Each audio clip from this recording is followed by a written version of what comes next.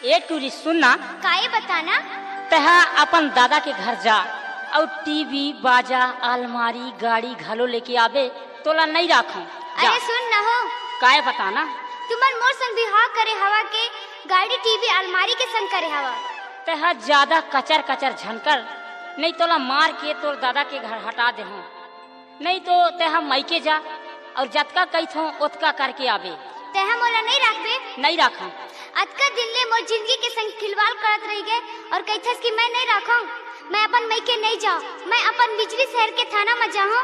तोर मोर फैसला वही अदालत में होई, समझे? DJ Yuvraj।